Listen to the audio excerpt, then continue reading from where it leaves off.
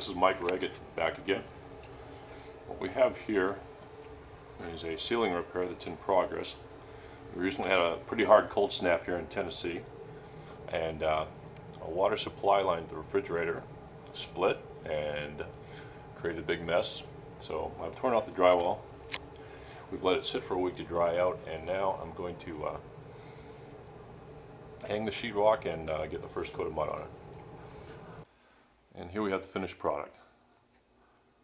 Just finished product. Paint's probably still a little bit damp.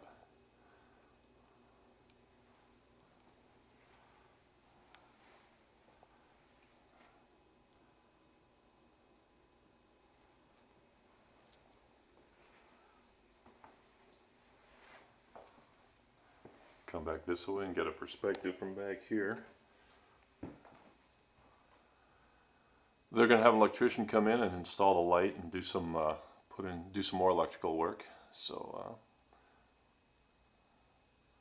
they'll get new light in the entryway there. But problem solved. The leak has been, plumbers took care of the leak, and the ceiling is patched, and you wouldn't know that anything ever happened.